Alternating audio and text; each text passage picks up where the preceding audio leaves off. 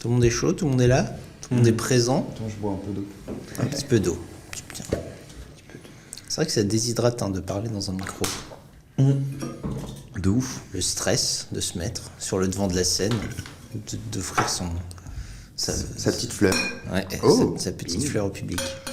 Bing. Ça, c'est terminé. C'était pas bon de toute façon. Ok, du coup c'est parti. On se retrouve pour Un singe pour la 3, le podcast de culture primate. Toujours avec Lucas et Maxime. Le concept. Bonjour, pardon. Bonjour tout le monde. Comment allez-vous? Ça va bien? Oui. Ça va, fatigué. Moi, ça va, pas fatigué. Pas fatigué? Non, crevé. Il est claqué. Il a enchaîné 18 grippes en même temps, c'est chaud. Mais ça va aller. Bah ouais. Du coup, est-ce que tu t'es chaud à nous rappeler le concept, par exemple? De l'émission ? Ouais. Alors, ouais. Le concept, c'est 3 amis qui discutent entre eux avec un thème imposé qui aujourd'hui sera le voyage. Pour 3 chroniques complètement différentes en fonction des passions, des envies, des lubies de chacun. Parfait, j'aurais pas mieux dit. Voilà. Du coup, à toi l'honneur. Ah, donc le voyage, moi j'ai choisi aujourd'hui de parler d'un livre qui s'appelle L'île au trésor de Richard Stevenson. Connaissez Richard Stevenson? Oui, il est devant lui. Il est devant moi. Et c'est un livre illustré. À chaque page, vous avez des petites aquarelles bien sympathiques qui pour... Ah, ça c'est une recette de cuisine, pardon. C'est moi. Ne regardez pas à l'intérieur du... La frontière entre la vie privée et publique. Qui pour du coup les gens comme moi, c'est bien pratique, ça donne envie de lire, quoi. C'est joli, c'est tout de suite, il y a une petite illustration. Il paraît que c'est un classique, que c'est même légendaire. Carrément. Moi je l'ai pas fini encore, alors j'attends de voir, tu vois, parce que légendaire quand même, faut... Enfin... C'est légendaire un mot dans lourd, quoi. Dans le sens où c'est vraiment extraordinaire ou parce que c'est lié à des légendes, comme on parlait la dernière fois du roi Arthur par exemple? C'est de la fiction. Après, lui, l'auteur, il a un petit peu voyagé, mais rien à voir avec les pirates, quoi. Il y a bourlingué, mais plus dans le... Donc, il l'explique au début, ils disent que c'est un peu un condensé d'histoires qu'il aurait lu, etc., qui l'aurait inspiré cette histoire-là. Mais bon, ça n'a rien à voir avec sa vie personnelle, quoi. Okay. J'ai un peu fouillé, il y a pas mal de films. Je sais pas si... Moi, je crois que j'en avais vu un quand j'étais petit, où il y a un mec qui se tatoue une carte au trésor sur le crâne, et ça m'avait perturbé. Il a une fille et tout, et... Et la fille tatoue pendant des heures. Non, mais je sais pas. Alors, je sais pas si c'est L'île au trésor ou si c'est un autre film des pirates, mais il me semble que c'est... L'île au trésor. Mais c'est un peu l'île au trésor, moi de ce que je sais, je l'ai pas lu, mais je sais que c'est un peu l'archétype de l'histoire de pirates, quoi. La carte au trésor, les boucaniers qui partent sur une île déserte, qui cherchent la petite croix où il y a le trésor, c'est ça? Il y a un petit jeune qui débarque sur le bateau.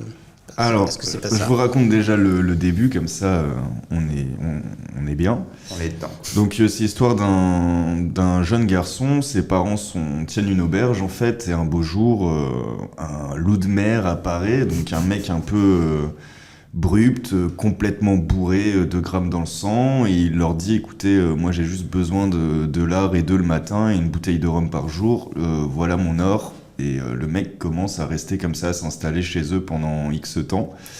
Donc concrètement, il fait chier tout le monde, parce qu'il est tout le temps bourré, donc il chante, il agresse les autres personnes qui sont dans l'auberge. Et voilà, la vie suit son cours, mais au bout d'un moment, ils se disent « Ouais, en fait, ce mec-là commence à nous devoir un petit peu d'argent, parce que ça fait un moment qu'il est là, et l'argent qu'il nous a donné au début, ça fait bien longtemps qu'il l'a dépensé. » Mais il les paye pas, il continue à être là, à être assez agressif, etc. Et en même temps, il paye aussi le garçon, il lui donne une pièce d'argent une fois par mois pour l'alerter au cas où il rencontrerait, enfin quelqu'un viendrait à l'auberge, un unijambiste, quoi. Du coup, le garçon il se dit « Ok, moi je suis chaud, une pièce d'argent pour te prévenir, ça me tente. » Bon, il doit quand même lui clémender chaque mois, et il se fait bien insulter, il a du mal à avoir son argent, mais il l'a, à chaque fois il lui donne. Et voilà, ça commence comme ça. Mais cette personne n'arrive jamais, donc l'enfant, lui, il est quand même ça le stresse, il rêve de cette personne, du jour il la verra, etc.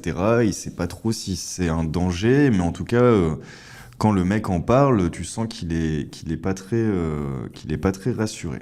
Et un jour, un mec débarque, il s'appelle Chien Noir, il veut voir le capitaine, et ils parlent entre eux, etc. Et l'enfant, il se doute qu'il y a un problème, quoi. Mais en même temps, c'est un personnage assez mystérieux. Il se doute que c'est un pirate, mais il le connaît pas. Il n'en sait pas plus, quoi. Le mec qui est tout le temps bourré, c'est improbable de. Enfin, c'est compliqué de discuter avec lui, d'avoir des vraies infos. Donc voilà, ce chien noir arrive, il comprend que c'est un mec de son équipage. Et ce mec, du coup, le pirate, le loup de mer, il est venu aussi avec son coffre, forcément, dans l'auberge. Mais personne ne sait ce qu'il y a dans ce coffre. Donc le temps passe, et un beau jour, un aveugle passe près de l'auberge. Il croise l'enfant. Et donc l'enfant, il se dit, ouais, ok, un aveugle et tout. Et finalement, l'aveugle est une personne plutôt agressive parce qu'il chope le gamin par la nuque assez violemment. Il lui dit, amène-moi au capitaine tout de suite, tu vois, sinon je vais te faire du mal. Donc l'enfant, il en va, ah ouais, putain, l'aveugle, il est chaud en fait. Il est un peu apeuré, donc il l'emmène voir le capitaine et il lui met, dans le milieu des pirates, la tache noire, c'est-à-dire un oiseau de mauvais augure, genre tu vas mourir bientôt. Et ce jour-là, il faut savoir que le père de l'enfant est décédé. Donc l'enfant, il est au bout de sa vie. Le capitaine, ils en peuvent plus de le voir. Le mec, il est alcoolique, son père vient de mourir. Il aimerait bien qu'il parte, quoi. Et là, il y a cet aveugle qui arrive, etc. Et qui lui dit, en gros, qu'il va mourir aussi. Donc l'enfant, il commence un peu à paniquer. L'aveugle repart aussitôt qu'il est venu. Et en fait, le capitaine meurt. Parce que, étant donné qu'il était alcoolique, il avait déjà fait une première crise cardiaque dans l'auberge. Et le médecin lui avait dit, il faut que tu arrêtes de boire, même un verre par jour, c'est trop, tu vas mourir. Mais c'est pas du tout une histoire de pirate, là, on est sur un drame ultra badant. Attends, le petit, il a la tache noire aussi ou il y a juste le pirate? Non, juste le pirate. Ok, d'accord. Je m'attendais pas à ça, personnellement. Mais là, c'est que le début, hein. Là, c'est vraiment que Ensuite, le début. c'est pire. C'est une histoire d'aventure. Là, on n'est pas encore dans la partie aventure. Ok. Donc le capitaine décède, donc l'enfant raconte tout à sa maman parce qu'il lui avait caché pas mal de choses sur cet homme-là. Elle lui explique tout, la venue de Chien Noir, la venue de l'aveugle, le coffre mystérieux, etc. Donc la mère dit, vas-y, on va ouvrir ce coffre et on va essayer déjà de récupérer l'argent qu'il nous doit. Il y avait quoi dans le coffre du coup? Alors dans le coffre, il y avait de l'argent, etc. Mais il y avait aussi une carte au trésor. Et c'est de là que part l'histoire. Bon, j'en dis un petit peu plus, mais après je vais m'arrêter là, sinon c'est pas drôle pour les personnes qui veulent le lire. Mais du coup, la mère et l'enfant se barrent en fait pour esquiver le danger. Et ils vont voir les voisins des villages aux alentours qui leur donnent une arme. Enfin, c'est un peu des lâches parce qu'ils les aident, mais en même temps, ils les aident pas, quoi. Ils sont en mode, c'est votre problème, tenez une arme. Barrez-vous, nous on veut pas de problème avec ces gens-là. Et voilà, du coup, j'en dis pas plus, mais l'enfant va du coup monter un équipage, un bateau, pour aller à la recherche de ce trésor. Il en a dit plus. Voilà, non, je m'arrête là, tu vois. Pourquoi t'as lu ça? Qu'est-ce qui a fait que tu t'es lancé là-dedans? Écoute, c'est un livre qu'on m'a prêté, que ma sœur m'a prêté, que ça fait plus d'1 an, peut-être même 2 ans qu'elle m'a prêté. Et quand la dernière fois on a décidé du thème le voyage, j'ai vu ce livre et je me suis dit, c'est le moment, tu vois. Mais en tout cas, ouais, moi je sais pas, cette idée de pirate, quand j'étais petit, mes parents ils m'avaient acheté ça un peu comme un livre de géographie, il s'appelait Océan. C'était un grand livre comme ça, illustré, tu sais, qui te présentait un peu les poissons, tu sais, les poissons qui se cachent dans le sable, là, qui sortent la bouche. Je sais pas, il y avait des photos dans ce livre improbables sur les fonds marins, etc. Du coup, ça me fascinait en tant qu'enfant. Et il y avait une photo, j'aimais déjà beaucoup les pirates quand j'étais plus petit, tu vois, c'est toujours un imaginaire qui me plaisait bien. Et de savoir que qu'ils ont existé aussi et qu'ils existent toujours, mais d'une façon différente, ça me faisait kiffer, tu vois. Et dans ce livre, il y avait une photo de pirate, tu vois. Mais une photo de pirate des années 2000, tu vois, genre des mecs d'origine somalienne sur un bateau pneumatique avec des mitraillettes et un petit moteur, tu vois, qui attaque, je sais pas moi, des cargos pétroliers ou des bateaux qui naviguent qui ont de la maille dans leur cale, tu vois. Et ça, à l'époque, ça m'avait mis une claque. J'étais en mode, putain, c'est pas du tout l'image des pirates que j'ai, vu que j'ai 6 ans et j'ai un imaginaire d'un enfant de 6 ans qui a vu que des matelots avec des bandanas et un couteau entre les dents et des dents en or, tu vois. Mais du coup, de savoir que bah, qu'ils sont toujours là, tu vois, que c'est juste des pirates des temps modernes et tout, je trouvais ça incroyable. Et malgré toutes les photos extraordinaires qu'il y avait dans ce livre sur les poissons et tout, c'est celle-ci que je me souviens. Juste, j'ouvrais le livre pour regarder la photo et me dire, ouais, gros, c'est des pirates, tu vois, genre, c'est réel, tu vois.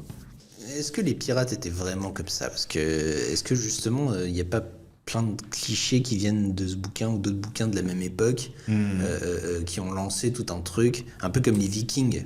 Les Vikings, on Ouais, imagine tout je le temps pense. des cornes, des casques à cornes, etc., alors que c'était pas du tout vrai.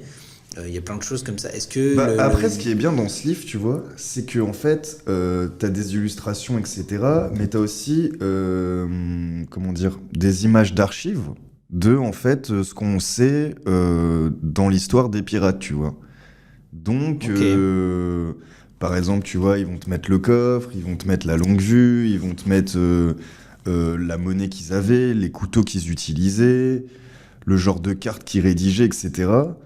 Mais je sais pas. En tout cas, dans le livre, il les décrit vraiment comme des clochards, quoi. Des clochards des mers, en gros, bah, qui font ce qu'ils peuvent pour se débrouiller. Ils les opposent un peu à... Enfin, c'est pas qu'ils les opposent, mais c'est une sorte de corsaire déchu, quoi. Genre, le capitaine, quand il arrive dans l'auberge, il a les vêtements déchirés, il pue, il est alcoolique. Enfin, c'est vraiment le cliché du... Je sais pas, du mec à l'époque qui a raté sa vie, quoi. Genre, Moi, je me dis, il y a vraiment ce truc aussi de. Enfin, les mecs, s'ils avaient vraiment ce mode de vie, ils devaient pas tenir longtemps, tu vois. ouais. Enfin, pas forcément boire et mal se nourrir et tout, mais même le tout, tu vois. Genre, c'est. Je sais pas, ouais, je sais pas si c'est toi qui m'en avais parlé du fait que les pirates étaient justement pas comme ça et qu'ils étaient plus d'une autre manière. Je me souviens plus trop de ça, mais rien que te dire, genre, tu prends Pirates des Caraïbes, tu vois, parce que c'est un peu le grand classique de notre génération, tu vois. Je parle du 1, bien sûr. Y a, tu te dis, enfin, les mecs qui vivaient comme ça, mais c'est compliqué, quoi. Tortuga, c'est ultra dangereux. Tu peux te prendre une balle partout. Ouais, c'est un peu comme les films d'espions où on romance de ouf le truc. Et enfin, je sais pas si vous avez déjà vu des interviews ou des documentaires sur les services secrets et les Yes. espions. C'est toujours des gens qui vous disent non, mais il faut que vous soyez hyper banal, vous vous fondiez dans la masse, vous restez dans des pièces à être sur écoute, à écouter des téléphones. Vous êtes. Enfin, c'est pas du tout. Je pense à ça parce que hier, on a commencé à regarder un Mission Impossible avec Marie. Et c'était drôle de se dire non, c'est absolument jamais comme ça, tu vois. Genre, c'est pas un mec tout seul qui empêche une guerre nucléaire d'arriver et qui sauve le monde. Souvent, c'est assez chiant, mais oui, je pense que les pirates, ça devait être des bons gros déchets, quoi.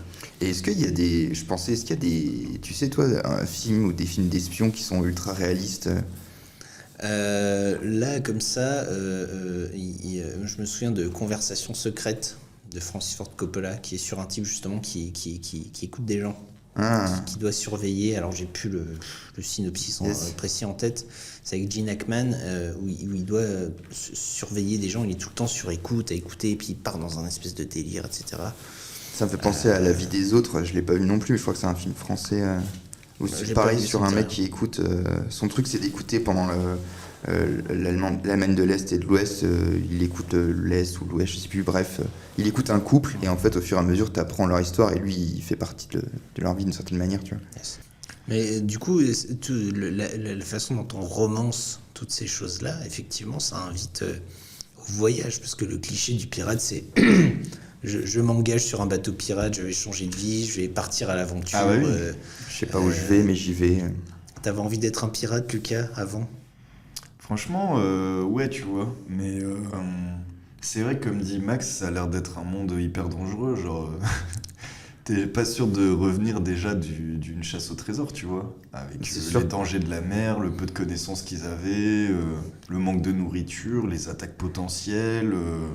Les attaques d'orques, par exemple. Ouais, enfin. Ou de Tu kraken. vois, tu fais une petite séance d'harponnage d'un requin marteau ou d'un orque, moi je peux chavirer par-dessus bord, ou une mutinerie, ils ont tout le temps des mutineries sur leur bateau en mode ah, est-ce que je serais pas capitaine? Et bam, tu te retrouves sur la planche, enfin ouais, c'est un délire quand même. Ça, Tu repars par le fond.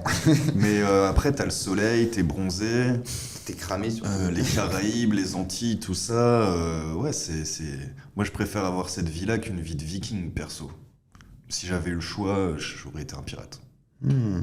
Bon, les Vikings, ils étaient bien. Hein.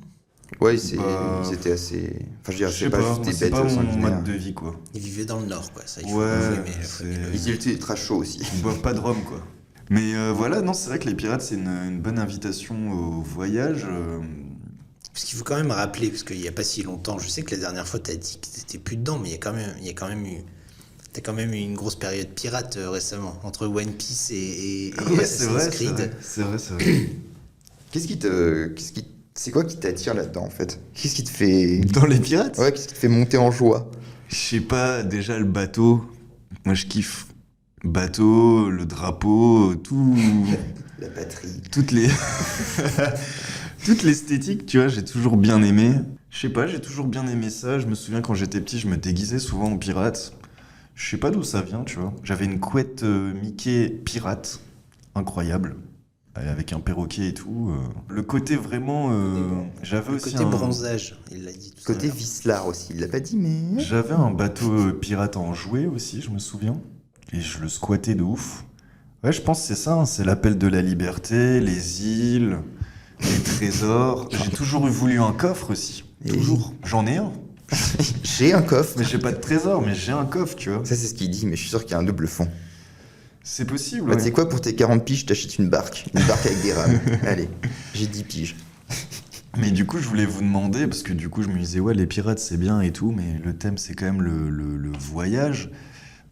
Quel serait pour vous le voyage idéal? Pas forcément un pays, mais ça peut être une expédition, ou un itinéraire, ou une destination, à vous de me dire, quoi. Yes, bah c'est marrant, ça fait une bonne transition avec ma chronique, ma partie de chronique. Et j'ai déjà été en Inde et c'était notamment de ça que je voulais vous parler, parce que moi, ce dont je voulais vous parler, ce serait plus juste, c'est du voyage, mais du voyage initiatique. Et ce que je voulais, du coup, aujourd'hui, c'était vous raconter un peu mon voyage initiatique. Parce que, en fait, pour vous la faire courte, quand je suis sorti de l'adolescence, j'étais très, très déprimé, mais vraiment fortement, à prendre des médocs et tout. Et il y avait rien qui me faisait vraiment du bien. Donc, j'étais suivi par un psy, j'avais un traitement. Et j'étais quand même ultra mal. Tu peux peut-être nous expliquer un peu pourquoi? Ça peut être intéressant. Ouais, carrément. Bah, en gros, je savais pas pourquoi à l'époque, mais ce qui est sûr, c'est que je me sentais mal dans ma vie, alors que j'étais bien, j'arrivais bien dans les études, j'avais une copine que j'aimais, j'avais des potes et tout, mais il y avait quelque part où genre le côté majorité, passer 18 ans, passer son permis, avoir son bac, rentrer dans sa propre vie, tu vois, genre quand tu deviens majeur, tu deviens autonome en théorie dans notre imaginaire collectif et aussi dans notre société. Et en fait, cette grande étape me faisait vraiment flipper et je me rendais pas compte à quel point ça me cherchait dans les tripes, quoi. Vraiment, ça me faisait paniquer. Et en fait, j'ai été tellement stressé et j'arrivais pas à comprendre, j'arrivais pas à saisir le fait que j'avais peur, que j'étais paniqué, que j'étais stressé. Et du coup, à un moment, à force de pas regarder le truc en face, ça m'a pété à la gueule. Et je me suis réveillé un matin en crise de panique et ensuite ça a été la dégringolade et j'ai commencé à avoir des tocs, donc à vérifier des choses, à toucher, à refaire la lumière plusieurs fois et, euh, et c'était vraiment genre pour moi me vérifier que j'étais bien ici, bien dans le réel, bien dans le monde réel et qu'il n'y avait pas de problème en fait et que je pouvais continuer à avancer. J'avais tellement peur que mon esprit avait créé ça, tu vois. Et du coup, moi je venais de passer mon bac, j'étais en prépa de mathématiques et c'était pas sympa. Enfin moi j'ai pas aimé, c'était vraiment genre c'était tout dans la tête en fait et tout dans le mental et ça peut être très bien, ça peut être très intéressant, il y a pas de souci, mais moi ça m'oppressait plus qu'autre chose. Et un jour, en fait, j'étais tellement mal au bout de 6 mois de traitement qui me faisait dormir mais qui me faisait pas me sentir mieux et tout et genre mes parents, en fait, une collègue de mon père faisait des soins énergétiques. Et genre, moi, j'étais pas du tout dans le délire. Ils m'ont dit, ouais, si tu veux, elle pourrait venir te faire un soin, on va tester. On sait tellement plus quoi faire. J'avais déjà vu des psychothérapeutes, psychologues, psychiatres, machin. Donc, la voie de la médecine était bien enclenchée, de la médecine traditionnelle. Et donc, du coup, là, mes parents me proposent ça. Et moi, je viens de passer 48 heures dans mon lit à cligner des yeux toutes les 10 secondes parce que sinon, je pète un câble. C'était vraiment horrible. Et du coup, pour leur faire plaisir et pour soulager un peu le poids que je pesais sur eux, j'ai dit, bon, bah, c'est go, c'est parti. On tente le soin énergétique. Donc la nana vient et tout, elle met les mains sur moi et moi je suis vraiment pas dedans, tu vois. Je me dis mais c'est quoi ce bordel? Vivement je rentre, je retourne me coucher dans mon pieu et tout, j'en peux plus. Et en fait je suis vraiment pas dedans et au bout d'un moment genre il y a une colonne de chaleur qui me tombe sur la tête et qui me descend dans le torse, dans le bide et tout. Et j'étais là genre ouah c'est quoi ce délire? Je suis en train de faire une attaque en fait. Parce que je suis un peu hypochondriaque et je l'étais pas mal à l'époque. Et je me suis dit je suis en train de faire une putain d'attaque, tu vois. Et en fait... Ça le fait marrer. Ouais, c'est...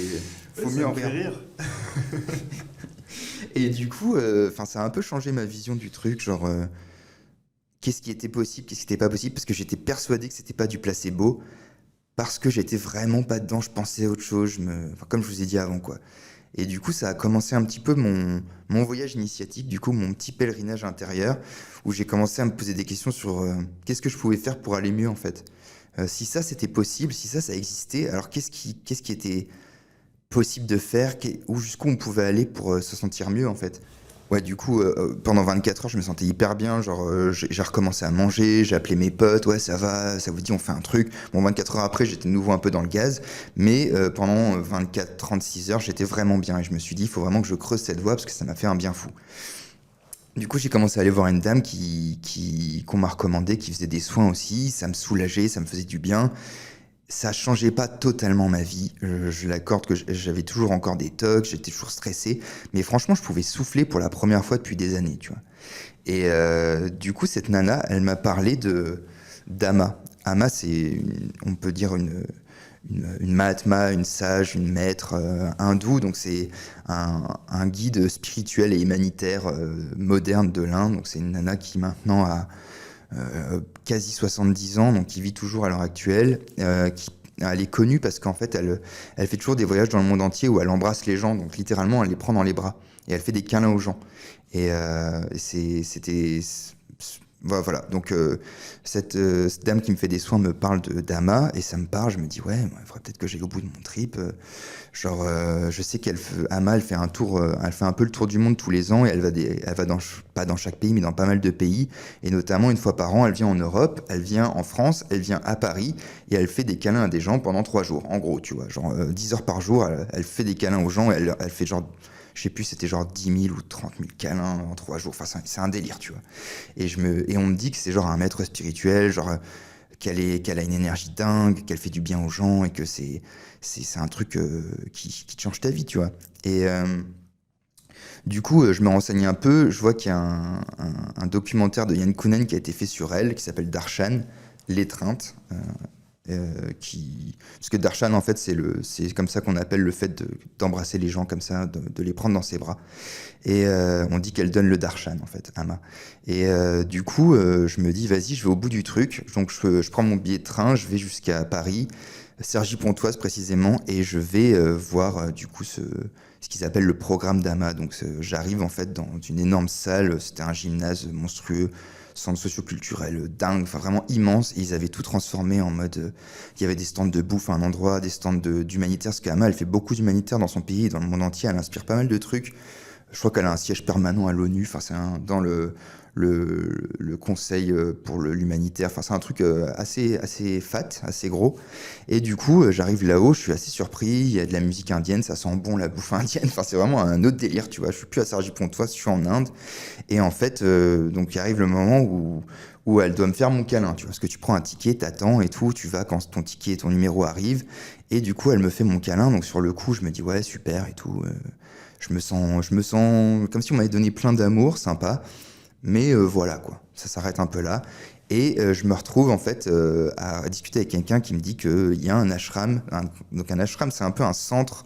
C'est un peu comme nous, on pourrait dire un monastère. C'est à mi-chemin entre le monastère et le centre social. C'est là en fait où le maître spirituel à l'indienne, il va donner ses enseignements, où ses élèves vont venir se recueillir, les gens vont venir méditer.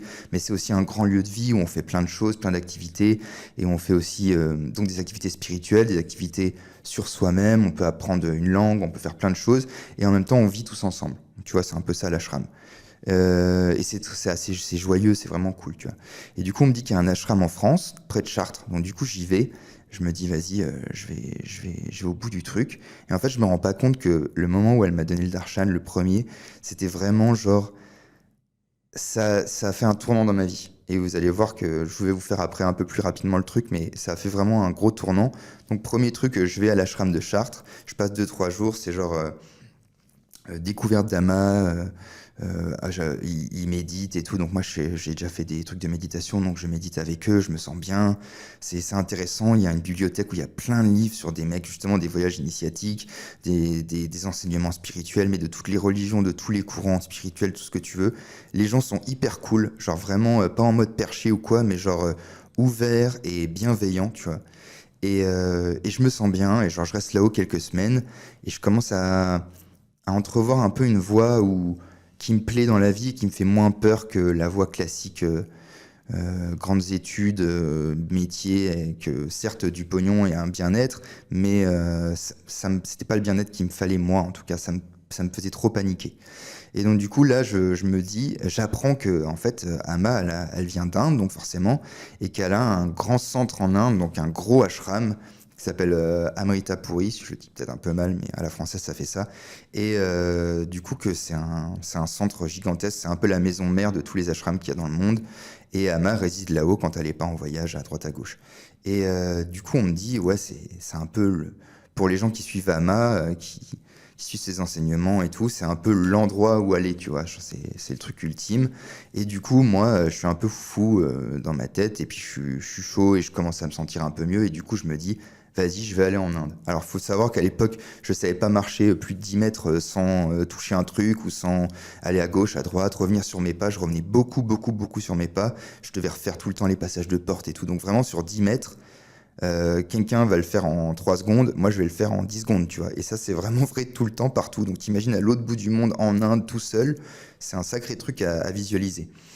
Et C'était pour ajouter un peu à ça, enfin nous à l'époque, c'est vrai que c'était compliqué, enfin c'était hyper chaud de te voir autant en souffrance et de te voir, enfin quand t'es parti en Inde, j'avoue que tout le monde était un peu genre, qu'est-ce qui lui prend en fait? Il va clairement pas bien et tout. Où est-ce qu'il va? Il part avec des gourous.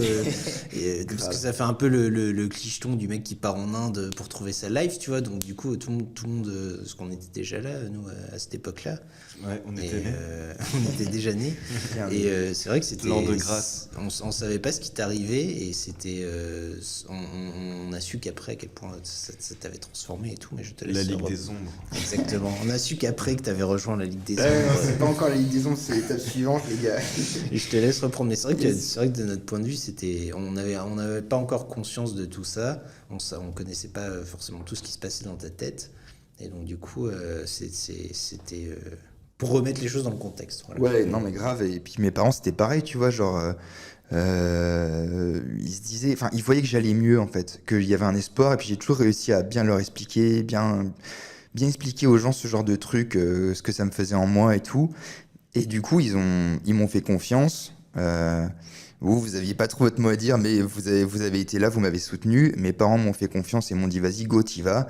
Et du coup, j'avais l'autorisation d'un peu tout le monde. J'ai pu prendre, j'ai pris du pognon que j'avais de côté et tout.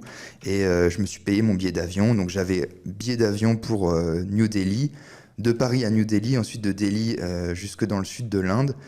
Et j'arrivais à peu près à 2 heures de route de l'ashram qui était sur la côte de... Alors je crois pas que c'est pas l'océan Indien, c'est une mer, mais en gros c'est au sud-ouest de l'Inde, quoi.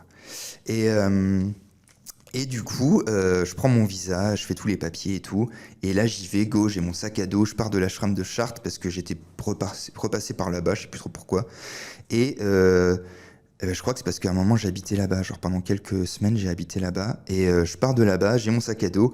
Ce que je sais pas, c'est que mes parents ont un peu mandaté ma sœur qui habite Paris à l'époque, qui habite toujours à Paris d'ailleurs, pour me suivre un peu discrètement pour voir si j'arrive à aller jusqu'à l'aéroport et prendre l'avion en fait. Parce que je vous dis, je marchais pas droit, c'était un peu la merde. Et du coup, j'arrive à prendre ce bus qui m'emmène à l'aéroport. À l'aéroport, j'arrive à prendre l'avion. Bref, je me trouve en Inde. Et ça m'a pété la gueule, mais dans le bon sens du terme. Genre, je me souviens quand je suis sorti de l'avion, pas à Delhi, parce qu'à Delhi, je suis arrivé genre 6 heures du mat, alors il faisait très beau et tout, mais faut le dire, c'était en janvier. Donc là-haut, c'était genre saison sèche, et il faisait 25-30 degrés, alors que je venais quand même de janvier parisien, quoi. Et quand j'arrive dans le sud de l'Inde, là, c'était vraiment le stéréotype. Je me prends la méga claque de chaleur dans la gueule quand la porte de l'avion s'ouvre. Bref, je vais jusqu'à l'ashram en taxi parce que là-haut ça coûte pas grand-chose et il pouvait venir te chercher de l'ashram, ça coûtait 30 balles et le mec il te bourlinguait pendant 2 heures et demie sur les routes indiennes jusqu'à l'ashram et vu que je savais pas marcher facilement, aller jusqu'à la gare, prendre un train pour ensuite, enfin ça aurait été un bordel monstre. Donc je paye mes 30 balles, le mec vient me chercher, il faut dire que les routes en Inde c'est un délire, c'est genre, il y a vraiment... Faut visualiser, chez nous, c'est un peu circuit imprimé, genre on-off, je me mets à gauche, je me mets à droite, je m'arrête au feu, je fais ci, je fais ça, je double d'une certaine manière. Là-haut, c'est vraiment plus cours d'eau, genre tout est un peu fluide, mais il y a des règles, mais c'est très... On peut s'adapter, quoi. Genre, t'as le mec qui marche au bord de la route, t'as le tuk-tuk ou le taxi en moto, quoi, qui le double, la voiture, le camion qui double la voiture, toi, tu vas doubler le camion qui double la voiture, enfin, c'est un bordel, et en face, ils se klaxonnent pour s'expliquer, pour dire ce qu'ils vont faire et tout. Enfin, c'est un sacré bordel. Donc, j'arrive vivant à l'ashram, et en gros, je commence à découvrir un monde assez fou. Genre, il y a des gens de toutes les cultures, de tous les pays. Je parle avec des Américains, je parle avec j'ai parlé avec quoi? Hollandaises, Israéliens, Américains, Suédois, Français. Enfin, il y a vraiment des gens du monde entier. Et moi, pour vous dire la vérité, je passais un peu mon temps au Western Café. Donc, c'était un endroit où ils servaient un peu des trucs genre occidentaux dans l'ashram, du coup, une espèce d'une petite baraque à côté d'un grand palétuvier trop beau. Et je m'asseyais en terrasse là-haut, si on peut dire, c'était pas vraiment en terrasse, mais je m'asseyais sur une chaise à côté du Western Café, je buvais mon petit thé du matin, et puis je discutais avec des gens, et ça me faisait du bien, je me sentais mieux en fait. Et en même temps, je sentais qu'il y avait une énergie assez forte qui brassait, qui travaillait et qui me bougeait de l'intérieur. Et du coup, arrive le jour où j'ai mon darshan là-bas, quoi. Donc, je crois que c'est mon deuxième darshan. Donc, la deuxième fois où Amma doit me prendre dans ses bras. Et ce qu'on m'avait dit, et je crois que c'est pour ça que j'ai oublié de le dire, mais c'est pour ça que j'ai été aussi en Inde, c'est parce qu'on m'avait dit que là-haut, tu pouvais poser une question à Amma. Amma qui est censée être connectée avec tout l'univers, machin, machin. Et du coup, tu peux lui poser une question et souvent, elle te répond, tu vois. Genre, si t'as une question sur toi ou quoi, tu poses ta question, elle te répond, mais elle le fait pas genre en France ou quoi, parce qu'il y a trop de monde, ça doit aller vite. Alors que là-haut, elle a un petit peu plus le temps, donc elle peut éventuellement te répondre. Et je crois que ça, c'était un peu le dernier truc qui m'avait fait dire, vas-y, je fonce, j'ai espoir de poser ma question aux grands sages qui me répondent pourquoi je vais mal dans ma vie, qu'est-ce que je peux faire, quoi. Et donc arrive le jour, j'écris ma question en anglais sur un bout de papier, je le fais traduire en malayalam, qui est la langue du Kerala, donc là où est l'ashram d'Ama, et je m'avance pour que Amma me fasse mon câlin, donc je fais la queue, hein, comme toujours et comme tout le monde, et j'arrive devant Amma avec mon petit carton, et je lui dis I've got a question for you, j'ai une question pour toi Amma, et la question c'était genre pourquoi est-ce que mon mental est si dur avec moi, pourquoi est-ce que ma tête part tellement en couille, quoi. Et, Amma, elle prend le papier, tu vois, elle le regarde, elle lit, elle me regarde dans les yeux, elle sourit, là elle me fait un méga câlin et elle parle à des gens à côté, je comprends rien. Elle parle dans sa langue natale du coup. Et après on me dit genre, après le câlin qui dure bien plus longtemps, genre ça a dû durer 20-30 secondes au lieu de 5-6 en France. Et genre on me dit que Amma me dit que j'ai été... des trucs un peu, que j'ai senti un peu bateau sur le coup, genre que j'ai vécu de l'abandon et de la tristesse dans ma toute petite enfance et que du coup c'est pour ça que je me sens pas très bien et tout et que du coup il faut que je travaille au niveau de la jeunesse, donc que j'aide les enfants en bas âge et tout pour me réconcilier avec moi et pour donner un coup de main à l'humanité si on veut, quoi. Donc je me dis ok, super sympa, ça fait un peu réponse de psychologue, là je viens de faire 6000 bornes et tout, donc j'étais pas deg mais un peu quand même. un peu sur ma faim. Et là, je vais donc du coup près de la plage parce que c'est vraiment à 50 mètres de l'océan Indien, comme je disais tout à l'heure. Je m'assois sur une pierre et genre là, je commence à me répéter ce qu'elle m'a dit et tout. La dame qui me traduisait ce qu'elle m'avait dit dans sa langue. Et au fur et à mesure que je me le répète, ça déclenche un petit truc genre, ah oui, c'est vrai que j'ai ressenti ça quand j'étais petit. Et puis après, je me le redis, ah oui, et puis c'est vrai que ça se lie à ça quand j'étais plus enfant. Et puis l'adolescence, et puis bidule. Et en fait, ça a duré 20 minutes. Et au bout des 20 minutes, j'étais vraiment genre, putain, en fait, j'ai entre guillemets tout pigé, enfin tout se relie, tous les points se relient. J'ai enfin la grande trame de ce qui m'est arrivé, quoi. Et juste à ce moment-là, il y a Ama qui débarque parce que c'était le moment de la méditation sur la plage qui a genre une fois par jour ou deux fois par semaine, je sais plus. Et c'est vraiment stylé, genre elle se pose un siège et puis toi tout le monde s'assoit autour et puis il y a méditation tous ensemble sur la plage de l'océan Indien, très cool. Et à ce moment-là, elle arrive et moi je suis en pleurs parce que je suis ultra, ça m'émeut d'ailleurs, je suis et j'ai l'impression sur le coup que j'ai compris quelque chose de fort, tu vois. Et en fait, bref, méditation sur la plage, très cool. Je discutais avec les gens, je m'étais fait pote avec une Hollandaise, donc c'était le bon moment pour discuter de ça. Je me sens ultra bien. Et bref, 4 jours après, je repars en petite crise de panique, donc classique. Les tocs, ça se répare pas en un jour, tu vois, comme les dépressions vraiment fortes. Mais c'est pas grave, il y a quelque chose qui s'est passé, donc j'avance. Et quand je reviens en France, je reviens un peu en panique parce que je me sens pas bien, machin, machin. Mais en fait, je comprends plus tard que j'avais fait ce que j'avais à faire. Et quand j'arrive en France, j'ai un peu il y a quelque chose qui a changé et ça m'a ouais, ça m'a orienté sur ma vie de maintenant. Genre, j'ai eu une petite révélation, une petite épiphanie. Genre, j'attends le RER B Charles de Gaulle avec ma sœur qui est venue me chercher. Et là, je me dis, mais putain, mais en fait, parce que je cherchais un peu ce que j'allais faire de ma vie quand même aussi professionnellement. Et je me dis, mais en fait, je vais faire ostéo. Enfin, c'est tip top. Je vais pouvoir m'occuper des enfants. Je vais pouvoir aider les gens. Je vais pouvoir aller dans le truc là. Et en fait, ça m'est venu d'un coup. Et je pense que c'était un peu comment dire, le dernier cadeau d'Ama, tu vois, genre la petite touche de vas-y mec, avance, tu vois. Ça, c'est mon histoire. Jusqu'à maintenant. Ça a l'air d'être la Californie, hein. Ouais. La Californie des 70s, darling. Ouais.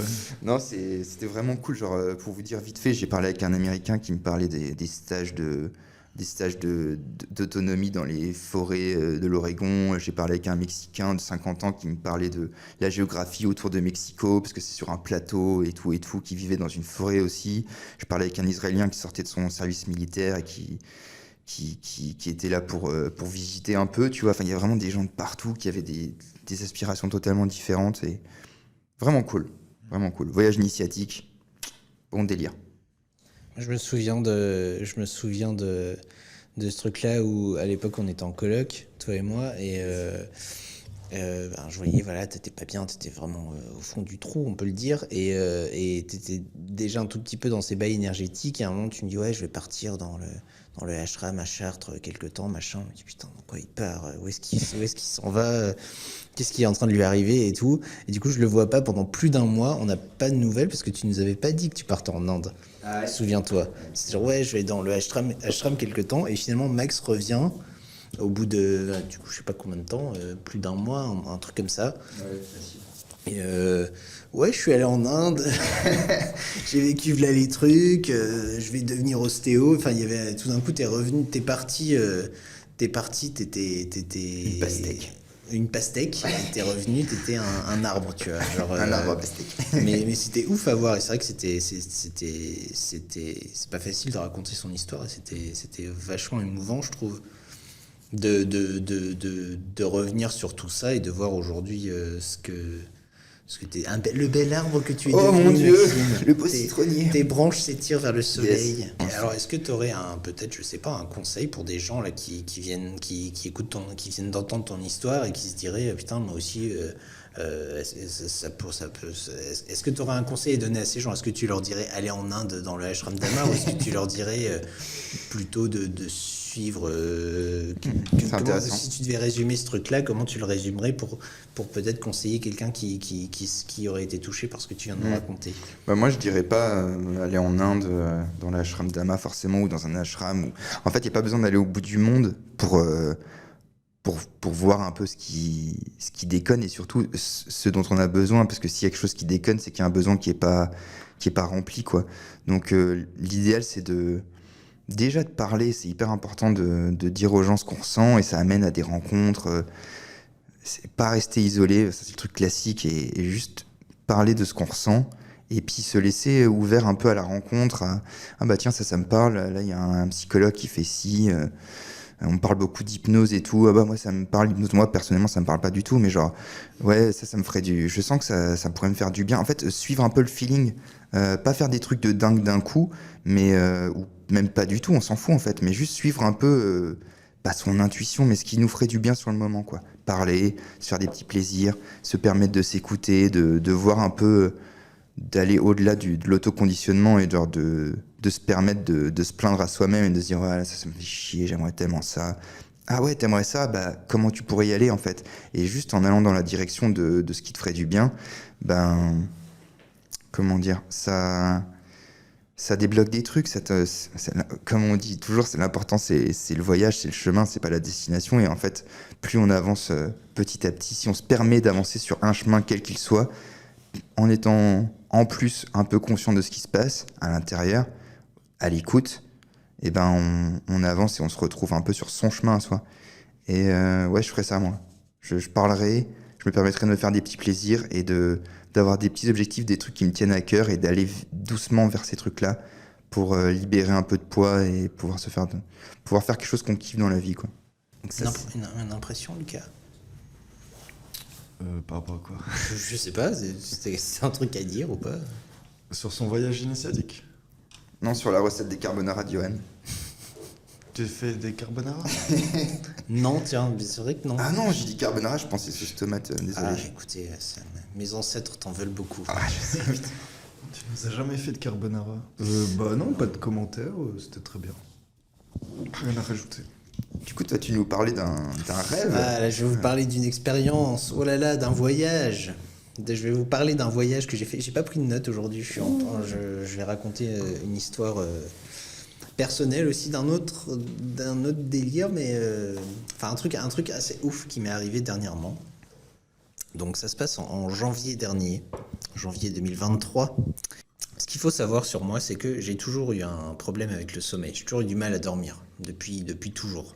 J'ai toujours eu du mal à m'endormir, ça me prend du temps.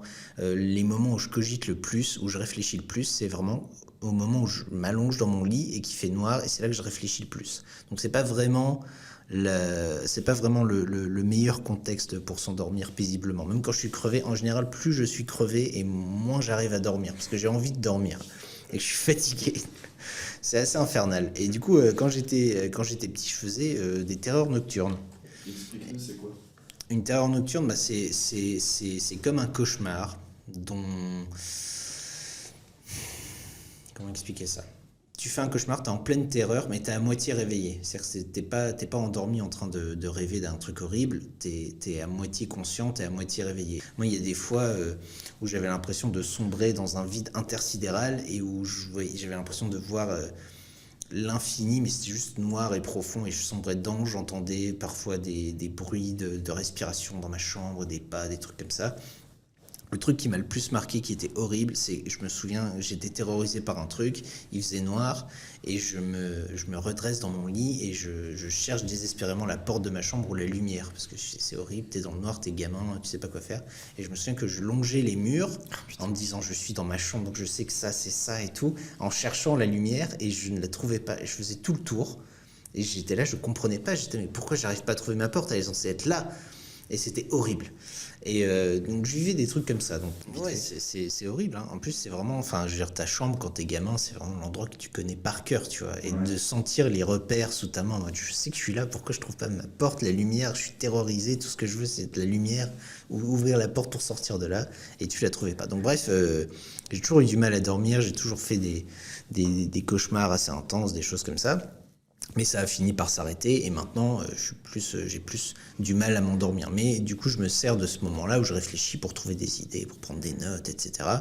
Donc j'ai un peu réussi à en faire quelque chose, quoi. Je fais plus de cauchemars, je fais souvent des rêves bizarres, mais je fais plus de cauchemars terrifiants. Sauf que il n'y a pas longtemps, donc cette terrible nuit, cette incroyable nuit de janvier 2023, Je vais me coucher, comme toutes les nuits, jusqu'à tout va bien. Donc je vais me coucher. Et cette nuit-là, j'ai du mal à dormir. J'ai un peu de mal à m'endormir. Je me retourne dans mon lit un peu dans tous les sens. Ça m'emmerde un peu parce que je suis fatigué. J'aimerais bien pioncer tranquillement. J'aimerais bien me reposer. Et 1 heure passe, 2 heures passent. Je sais pas si on a déjà tous connu ça. Hein. Les soirs, on n'arrive pas à dormir. C'est assez... Non? Ah, Vous si, vous endormez toujours comme des bébés? Bah moi oui quand même, mais... Ouais, moi j'avoue, j'ai pas de difficulté Ok. à dormir. Mais je vois ce que tu veux dire, genre, et en plus c'est de pire en pire, tu vois, c'est un peu effet boule de neige, plus c'est chiant. Puis t'as envie de dormir, donc t'essaies de te calmer, t'essaies de respirer tranquillement, de penser à rien. C'est quand t'essaies de penser à rien que tu penses, voilà. Moi, en plus, je suis vraiment pas du genre, dire c'est vraiment tellement rare que étant fatigué, je vais me poser sur un canapé, regarder un truc et m'endormir. Ça m'arrive quasiment jamais, tu vois. Et donc là, voilà, je me retourne dans mon lit, j'arrive pas à dormir, ça me fait chier, etc. Mais si t'es crevé, tu dors pas. Souvent, ça m'arrive, ouais. Je suis vraiment crevé, je me dis, je vais bien dormir cette nuit. Et je m'endors ultra tard et je Non, mais finis je par veux dire dormir. vraiment le truc physique de... Je sais pas, moi, tu vois, par exemple, hier, je me suis endormi à 20h, juste en mode, je suis crevé, et juste, je m'endors, je peux pas lutter, tu vois, c'est trop fort, quoi. C'est ultra rare que ça m'arrive. Ah ouais que je sois tellement crevé que mes yeux se ferment. Ouais. Ça m'arrive, hein, mais c'est ultra rare. En général, quand je suis ultra crevé, je tiens. Et en plus, le truc avec le sommeil, c'est que t'as des cycles. C'est-à-dire que t'as une période où t'es fatigué, où tu t'endors facilement. Et si tu t'endors pas à cette période-là, tu reprends un cycle. Je crois que ça dure 2 heures. Où t'es réveillé, donc du coup tu dois attendre 2 heures. Enfin, c'est tout un bordel. Et du coup ce soir-là, je finis par m'endormir au bout d'un moment et je fais un rêve. Jusque-là, rien d'anormal. Je fais un rêve. Dans ce rêve, je suis dans une version de la maison où j'habite et il y a un repas de famille. Il y a un repas de famille et en face de moi est assis Dans mon rêve, ce type, c'est mon vieil oncle bourré. D'accord, sauf que j'ai pas de vieil oncle bourré. J'ai un oncle moustachu, par exemple, mais il est pas bourré. J'ai pas d'oncle alcoolique. Mais en face de moi, ce jour-là, dans le rêve, il y a un type que j'associe comme mon vieil oncle alcoolique. Il y a aussi un gamin, genre 12-14 ans, assis à côté de moi, qui est censé être mon frère. Genre dans mon rêve, c'est mon frère, mais c'est pas mon vrai frère. Il a pas du tout la même tête. Et il y a ma mère. Pour le coup, c'est ma vraie mère. Et mon oncle bourré, en face de moi, c'est David Lynch, le réalisateur. Est-ce que tu vois à quoi il ressemble, Lucas? C'est un vieil homme avec une coupe un peu gominée comme ça, des cheveux gris. Il a une tête bien reconnaissable. Donc il a la tête de David Lynch, ce type. Sauf que c'est pas David Lynch. Il agit comme un type bourré. Il fait des gestes incohérents. Il dit des trucs qui n'ont aucun sens. On est en train de manger, genre il va prendre sa fourchette, il va regarder les gens, il va les laisser tomber en mode... Ting, hop là. Donc du coup il est là dans le rêve, mais il est pas du tout comme le vrai David Lynch. Il fait des trucs hyper bizarres, il dit n'importe quoi, il fait des conneries. Ma mère arrête pas de l'engueuler parce qu'il fait n'importe quoi avec la bouffe, avec les assiettes.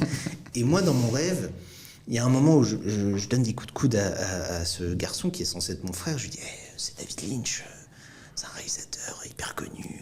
Tu penses que... Peut-être que je lui dise quelque chose, j'adore ce qu'il fait.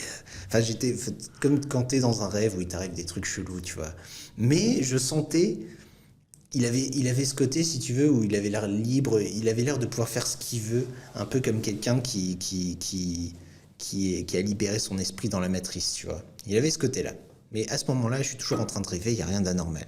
Un peu plus tard dans le rêve, on va fumer une clope sur la terrasse. Donc on fume une clope. Lui, il fume un énorme joint depuis le début. Depuis le début qu'on est à table, il fume un énorme joint. Ma mère qui lui dit « Ah, mais allume pas ça à l'intérieur !» Bref, on est dehors, on fume une clope sur la terrasse. Et David Lynch, alors je crois qu'il est assez grand en vrai, il était plus petit que moi là dans le rêve. Il me regarde et il me dit « Qu'est-ce que... Là, si tu pouvais faire ce que tu veux, qu'est-ce que t'aimerais faire ? Là, un truc, vraiment, qu'est-ce qui te passe par la tête ? Qu'est-ce que t'aimerais faire ?» Et moi, je lui réponds en anglais « Little Rivers », qui veut dire les petites rivières. Alors, ne me demande pas pourquoi, mais je lui réponds ça, tu vois. Et il me regarde avec un petit air de malinois, comme ça, avec un petit air, un petit sourire, une petite étoile dans les yeux, la truffe humide. Et il me dit « Bah, vas-y, jette-toi dans la rivière ».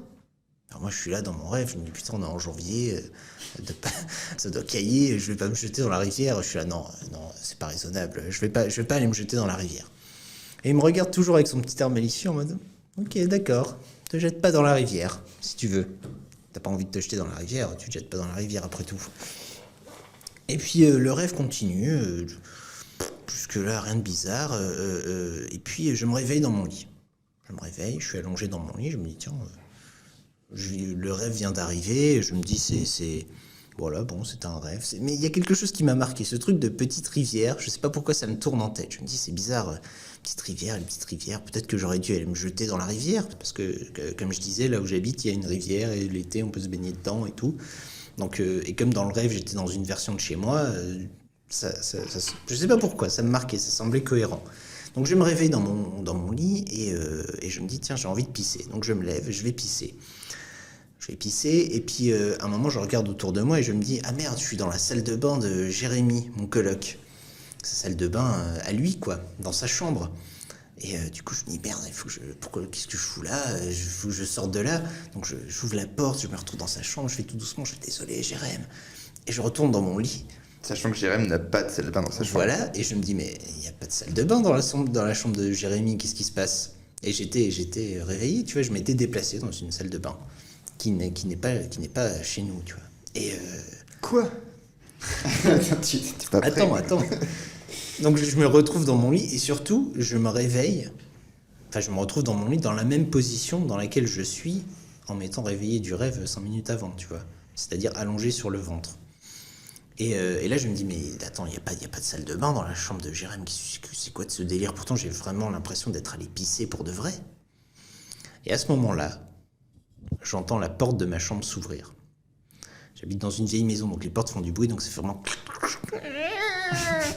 Et là, je suis toujours allongé dans mon lit, je ne bouge pas, et je me dis, mais oh qui c'est qui est en train de rentrer dans ma chambre à une heure pareille, là? Qu'est-ce qui se passe? Et je sens quelque chose, un corps, un poids, qui s'allonge sur mon dos. Et je sens que c'est quelque chose de sombre, et je sens que c'est quelque chose de pas rassurant, et je sens que c'est la chose qui vient d'ouvrir la porte, d'accord? C'est pas un de mes colocs qui vient d'ouvrir et qui vient... Voilà, ce truc-là s'allonge sur mon dos, je sens son poids, je sens une présence, et j'entends une voix. Et quand je te dis que je l'entends comme si t'étais en train de me parler pour de vrai. C'était une voix féminine, un peu flippante, qui me dit « Ne bouge pas ». Et ce truc est sur mon dos, et ça me dit « Ne bouge pas ». Et qu'est-ce que j'essaie de faire du coup? Mais attends, qu'est-ce que j'essaie de faire? J'essaie de bouger forcément, et ce truc qui est sur mon dos en fait m'empêche de bouger. Et mais t'as les yeux ouverts, tu vois quelque chose? Je suis allongé, je suis comme ça. Mais attends, la porte elle s'ouvre, tu regardes la porte? Ou t'avais peur, tu regardais pas la porte? En fait, ce que tu vas réaliser plus tard, c'est que je suis endormi tout le long de cette histoire, tu vois. Okay. Je ne suis pas levé pour aller pisser, j'entends ma porte s'ouvrir, je suis allongé, et je suis dans un état de semi-conscience en fait. Okay. Mais là pour l'instant, le fait d'avoir entendu ma porte s'ouvrir, elle s'est pas ouverte pour de vrai, mais j'ai vraiment entendu le son, tu vois, et j'ai vraiment senti ce truc s'allonger sur moi et entendu une voix dans mes oreilles. Donc ce truc ne me dit ne bouge pas, j'essaie de bouger, je sens que ça m'agrippe les poignets, je sens que ça m'agrippe les chevilles, je sens que ça m'empêche de bouger. Et si vous avez déjà connu une paralysie du sommeil, je sais pas si ça vous est déjà arrivé, c'est exactement ça, t'es réveillé et tu peux pas bouger, t'es complètement figé, et il y a même des gens qui ça leur bloque la respiration, enfin t'es dans un état de panique total en fait, parce que t'es paralysé et tu peux pas bouger. Donc j'étais en train de vivre ce truc, et en plus le pire c'est que c'était pas quelque chose de physique, je sentais qu'il y avait quelqu'un allongé sur mon dos qui m'empêchait de bouger, tu vois. Donc je lutte, j'ai l'impression de réussir à tourner ma tête et à faire genre non, et je me dis ma porte est ouverte, quelqu'un qui vit dans la maison va m'entendre, va venir m'aider, personne ne vient, donc je me dis putain, mais je suis en train de dire non vachement fort, pourquoi personne ne se lève, pourquoi personne ne vient m'aider? Et à force de lutter, je lutte contre ce truc, et je finis par réussir à me retourner et à enfin me lever, et je me retrouve assis dans mon lit. Et à ce moment-là, je regarde autour de moi et je me dis mais je suis parfaitement réveillé, hein. Je suis pas en train de rêver. Quand on rêve, nos sensations sont engourdies, on n'entend pas vraiment, on voit pas vraiment, on touche pas vraiment les choses. Là j'étais parfaitement réveillé, je me sens, je touche autour de moi, je fais putain, j'ai réussi à me libérer de ce truc. Sauf que je suis pas dans ma chambre. Je suis dans une autre version de ma chambre. Les murs sont pas en rouge, ma chambre les murs sont blancs. Les murs sont pas en rouge, il y a d'autres trucs. Il y a de la lumière du jour qui passe par la fenêtre, il y a d'autres trucs accrochés au mur. Et j'entends de plus en plus des sons qui monte un espèce de brouhaha comme ça que j'entends très distinctement. Et je suis pas dans ma chambre et je regarde autour de moi et je me dis mais qu'est-ce que c'est que ce bordel? Qu'est-ce qui est en train de m'arriver? Parce que je suis parfaitement conscient. Et tout d'un coup, au mur, il y a des cadres avec des insectes, comme les gens qui collectionnent des insectes, je vais dire empaillés, ils sont pas empaillés, enfin ils sont morts quoi. Et les insectes se mettent à bouger dans leur cadre, il y a des papillons, des trucs comme ça. Ça se met à bouger dans lesquels je me dis mais what the fuck? Parce que c'est réel, c'est en train d'arriver sous mes yeux. J'ai l'impression d'être dans Harry Potter, tu vois, genre il m'arrive un truc magique. Et je suis... Beyond. Hein? Pardon, je voulais dire Beyond the Infinite. Les insectes bougent dans leur cadre, ils se mettent à couler, ça fait le brouhaha et ça forme un espèce de tourbillon en fait autour de moi. Moi je me dis Wouah! C'est ce qui est en train de se passer dans ma tête à ce moment-là, tu vois. Ça tourne, le brouhaha devient hyper intense. Et je me dis putain, il est en train de m'arriver un truc magique. En fait, il est en train de m'arriver un truc de ouf. Et ça tourne, ça finit par s'arrêter. Je suis toujours dans cette version de ma chambre qui n'est pas ma chambre. Et ça se calme. Je me touche le torse, je touche ma couette, je me touche un peu partout. Je sens que je respire, je me dis mais en fait je suis vraiment là. Je suis clairement en train de dormir, je suis clairement pas... c'est pas ma chambre, c'est pas chez moi. Je suis peut-être en train de faire un rêve lucide. Donc les rêves lucides, c'est quand on a conscience de rêver. Mais la sensation était ultra réelle. Je me souviens de m'être levé, d'avoir regardé mon lit. Derrière moi, il n'y avait personne dans le lit, puisque je venais de me lever de mon lit. Je touche le mur, je sens le mur. Je me dis, mais c'est un délire, en fait. Je suis pas chez moi, je suis en train de voyager, je ne sais où, vers je ne sais quoi. Et j'ai l'impression d'avoir une petite voix dans ma tête qui me dit des choses rassurantes, qui me dit que tout va bien, qui me dit que je suis en train d'explorer un truc. Mais en fait, je suis tellement ébloui par ce qui est en train de m'arriver que je suis hyper content en fait. Je suis là genre putain, il m'arrive un truc incroyable, c'est trop bien. La présence terrifiante qui s'est allongée sur moi, j'y pense plus parce que je me dis waouh, il est en train de m'arriver un truc trop cool. Donc je sors de ma chambre et je descends. Encore une fois, on est chez moi, mais dans une version un peu différente. Mais je reconnais la maison. Et il y a des gens en bas, des gens que je ne connais pas dans la vraie vie. Mais dans le rêve, j'ai l'impression de les connaître. Ils sont en train de préparer le repas et je discute avec eux. Et en discutant avec eux, je me dis, mais je les connais, ils savent que je les connais. Mais en même temps, j'ai conscience d'être moi et je sais que je suis dans un rêve et que c'est pas vrai, que je les connais pas vraiment, ces gens. Mais je discute avec eux. En fait, pendant tout le temps, je suis en train de kiffer l'expérience. Je suis en train de kiffer mon aventure. Je suis dans ce truc, en fait. Je suis là, genre, putain, c'est trop bien ce qui m'arrive. Et en même temps, j'ai cette espèce de petite voix qui arrête pas de me dire que tout va bien, que je peux explorer, que je peux m'amuser. Enfin, m'amuser. Que tout va bien, quoi, qui me rassure tout le long du truc. Et je parle avec ces gens, et ils essaient de me faire bouffer des trucs, j'aime pas, je fais non, j'ai pas envie de bouffer ça. Je leur dis pas, mais dans ma tête, je suis en mode, oh putain, je suis dans une expérience, je vais essayer de pousser le truc jusqu'au bout, de voir ce que ça donne. Et là, tout d'un coup, je sens que je suis un peu comme attiré en arrière, je me retrouve encore une fois dans mon lit, allongé, toujours dans la même position, et je me dis, putain, c'était trop bien, il faut que j'y retourne.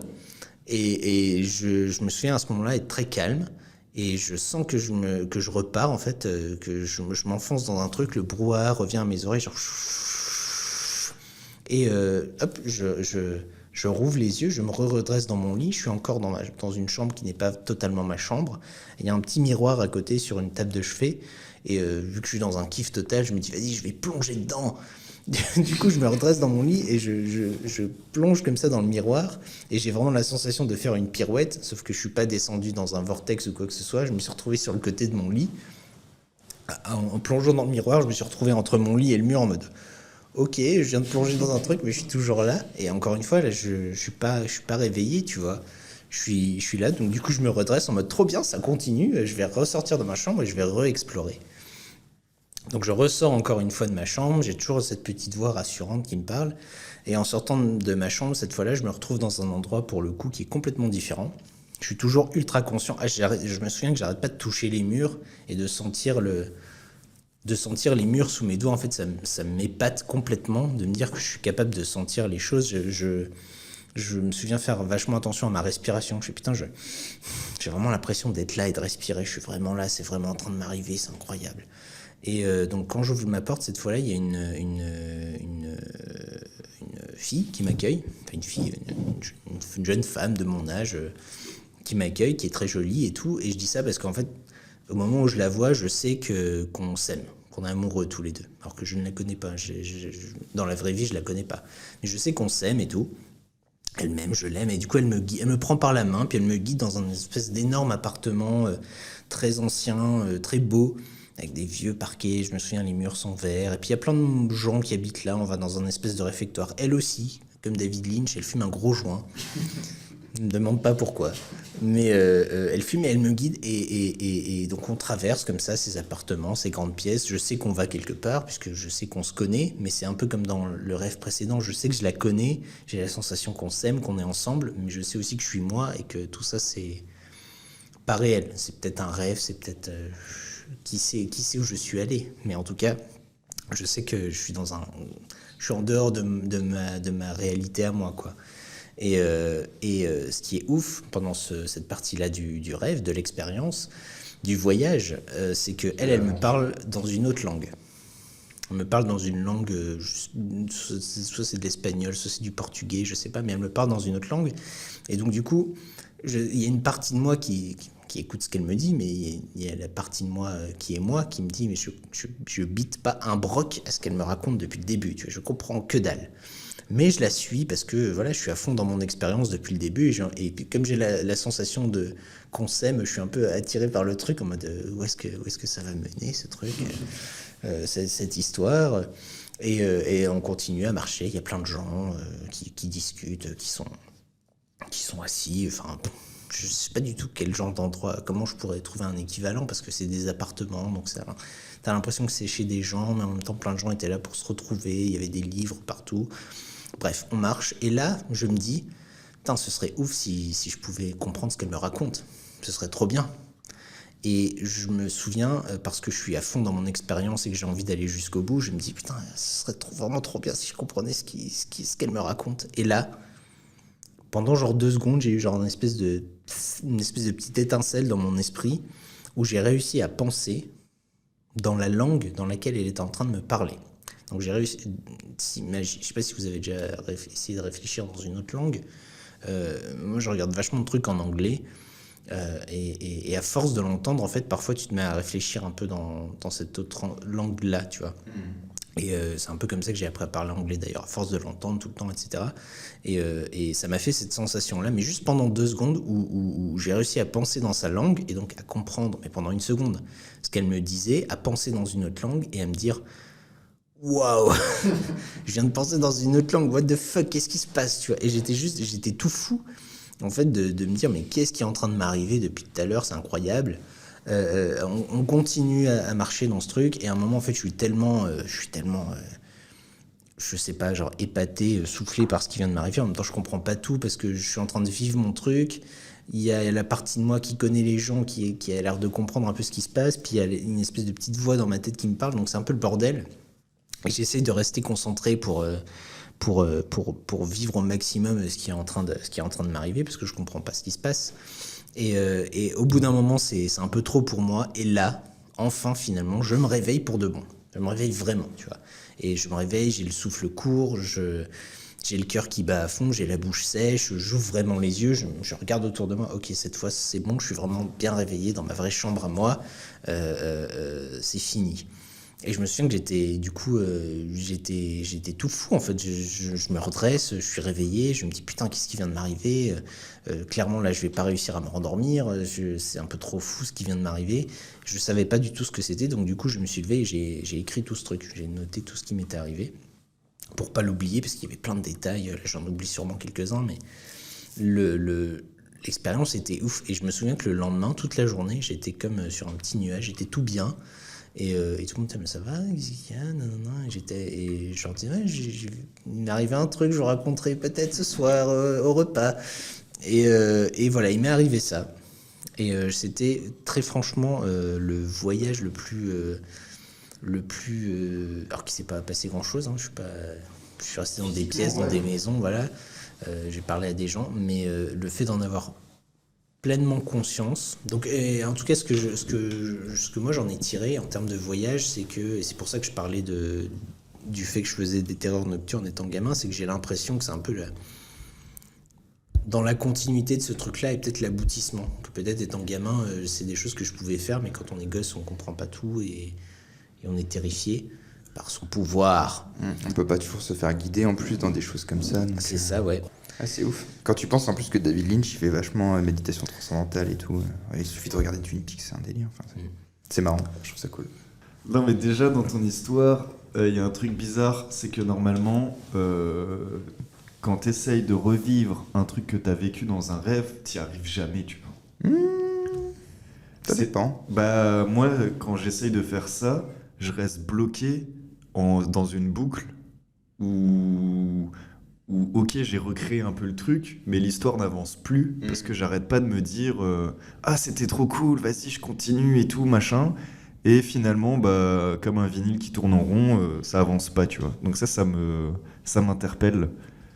C'était en fait parce que souvent ça m'arrive aussi quand je fais des rêves trop cool de me dire putain c'est trop bien, je vais me rendormir et ça m'arrive de continuer des rêves. Ouais. Mais là c'est pas que c'était pas un rêve, c'est que c'était un rêve. C'était à part, quoi. La seule définition que j'ai pour l'instant c'est rêve lucide, c'est-à-dire j'étais réveillé comme là je suis maintenant, tu vois, et j'arrivais à toucher les choses et j'arrivais à les sentir et j'étais conscient en fait parce que dans un rêve t'es jamais vraiment toi-même, t'es jamais vraiment complètement toi, t'es toujours dans des situations bizarres, c'est étrange comment tu réagis, comment les gens Ouais, que des tu petites connais. distances avec ta conscience même. Ouais, c'est ça, t'es pas totalement toi, tu vois. Tandis que là, j'étais moi comme je suis là devant vous, et j'étais en train de me dire, mais c'est ouf ce qui m'arrive, je suis pas dans ma chambre, trop bien. Quand je l'ai refait, quand ça m'est re-arrivé il y a pas longtemps, je me souviens m'être dit, vas-y, je vais faire ça de manière sérieuse, je vais essayer de voir si je peux contrôler le rêve, un peu comme dans Inception, tu vois, où ils fabriquent des immeubles, juste avec leurs pensées. Et en fait, j'ai pas réussi. Genre, je me suis levé, je me dis, vas-y, je vais essayer d'ouvrir mon mur comme ça avec mes mains. Et je me souviens, j'ai mis mes mains comme ça sur le mur, comme pour essayer d'ouvrir un rideau. Et je sentais le mur, tu vois, mais j'arrivais pas à l'ouvrir. Donc c'était un délire, genre je peux pas non plus contrôler. On va mettre un cadenas sur ta porte surtout, mec. Je suis pas somnambule, tu vois, je me lève pas, je suis endormi à ce moment-là, c'est ça qui est ouf. Ouais, mais donc là t'as réussi à recréer les conditions de ce genre de rêve une deuxième fois. Ouais, mais il a pas cherché à le faire. J'ai pas cherché à le faire. En fait. Ça m'est arrivé genre 2 semaines après, où j'ai refait un rêve complètement conscient, où j'étais là, putain ça recommence, trop bien. Et où j'ai réexploré des trucs. Et là, à la fin, il y avait tellement de monde et tellement de trucs qui se passaient que j'ai fini par lâcher prise et c'est devenu un rêve normal. Ouais. Tu vois, où tu contrôles plus ce qui se passe. Moi, parfois, j'ai la sensation de vivre un peu une petite fable, mais je suis pas en mode je suis là, il se passe ça, je sens tout. Bah ouais, c'est ouf. C'est ça le délire. C'est ouf. Mais moi, ça me ferait flipper aussi quand même ton truc là. Bah écoute, moi justement, c'est des choses qui m'ont tellement fait flipper étant gosse et j'ai tellement grandi en voulant qu'il m'arrive des trucs extraordinaires et j'ai pas reçu ma lettre à Poudlard, tu vois, il ne m'est pas arrivé ces trucs-là. Ouais, tu l'as bien pris quoi. Ouais, c'est ça, j'étais là en mode putain. Ça t'a fait oublier la présence sur ton dos. Mais en fait, je l'ai combattu. Genre quand elle était sur mon dos et que je luttais et que j'étais genre non, j'ai lutté contre ce truc et à la fin je m'en suis libéré, donc elle a disparu d'un coup, tu vois. Donc j'étais hyper content en mode waouh. Et c'est là que c'est parti en tourbillon et que j'ai dit wow, je suis en train de partir dans un délire. Mais t'es jamais allé dans la chambre de Jérém du coup? Non, il n'y a pas de salle de bain dans sa chambre. Il n'y a pas de chambre dans sa salle de bain. Harry. Ah, c'est ouf. C'est un délire. Ouais, non, le plus ouf, c'est vraiment quand je me suis dit, waouh, c'est trop bien ce qui m'est arrivé, je veux y retourner, et que j'ai senti que je repartais dedans, tu vois, et que. Parce que j'ai pas contrôlé ce truc-là quand je me suis dit que je voulais y retourner, je me suis juste dit, putain, c'est trop bien, il faut que j'y retourne, et ça m'a happé à nouveau, tu vois. Bah, dis donc, Voilà. c'était putain intense tout ça. Hein. C'était assez intense. Voyage initiatique, rêve lucide et histoire de pirate, c'était un podcast culture primate. Ça rime. C'est la fin de cet épisode du voyage. Je suis obligé de le faire. Voyage, voyage. Ah, alors fais-le juste. Je saurais pas. Ah. C'est quoi? Voyage, voyage. Ah. Faut monter. Merci. Voilà. Petit hommage à Desireless. Écoutez. Moi j'aurais dit Émile et Images, donc c'est bien que tu l'aies Bah, fini. voilà. Voilà, donc c'est la fin de cet épisode sur le voyage. Comme d'habitude, on va remercier la ville de Thionville, le puzzle et Elsa qui nous aide à mettre tout ça en place, le puzzle qui nous accueille pour qu'on puisse faire cet enregistrement, la ville de Thionville. Où se trouve le puzzle. Où se trouve la médiathèque Le Puzzle. On remercie tous ces gens-là. On vous remercie à vous de nous écouter. Retrouvez-nous partout. Où est-ce qu'on peut nous retrouver ? On peut nous retrouver sur Instagram, Culture Primate déjà. Tout à fait, sur YouTube, sur Facebook, Sur Twitter, sur les réseaux, sur Twitter. On a déjà fait des tweets ? sur l'internet mondial. Non, je pense pas. On peut nous y retrouver en tout cas. Mais on peut retweeter des trucs. On peut retweeter des trucs. On en a la capacité. Voilà, Faut pas nous chercher. Alors n'hésite pas à laisser des likes, à partager si ça vous plaît, à nous proposer des idées de thèmes, pourquoi pas. On a un Discord aussi. Oui, On parle c'est pas vrai. assez. Et on a aussi une page Tipeee, bien sûr, pour les gens qui veulent nous filer un petit coup de main et nous aider dans nos projets pour proposer de nouveaux projets et pour continuer ceux qui sont en cours, bien sûr. À la prochaine, on parlera peut-être du Japon, peut-être de nirisme, peut-être de mort Peut-être de sac à dos. ou de cactus, qui sait. Ciao. Ciao. Salut.